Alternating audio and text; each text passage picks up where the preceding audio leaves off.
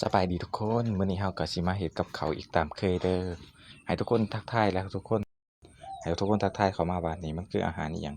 นี่มันคือเมนูหยังเนาะแล้วค่อยสิตอบตอนท้ายเด้อ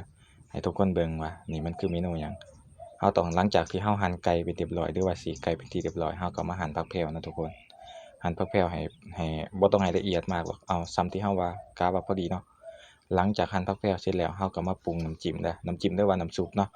มักเผ็ดใส่เผ็ดมัก บ่เผ็ดก็บ่ต้องใส่เผ็ดเนาะปรุงตามที่เราต้องการหลังจากเราปรุงเครื่องปรุงไว้เรียบร้อยแล้วเราก็เอาไก่ลงเนาะเอาไก่ลงแล้วก็คนๆให้มันเข้ากันหลังจากเราคนให้มันเข้ากันก็เอาว่าพอประมาณแล้วก็ตามด้วยผักแพรวที่เราหั่นไว้เด้อเอามาใส่หลังจากหั่นผักแพรวใส่แล้วคนๆๆให้มันเข้ากันเนาะตามที่เราต้องการเนาะไผมักเผ็ดก็เติมพริกลงไปเนาะสิได้มีรสชาติแซ่บๆขึ้นหลังจากนั้นอย่าลืมมะนาวเด้อขาดบ่ได้เลยคือมะนาวมันสิเปรี้ยวๆเผ็ดๆเนาะ หลังจากเฮ็ดเสร็จแล้วนี่ก็หน้าตาก็สิประมาณนี้เราก็เอาลงถ้วยได้เลยเนาะ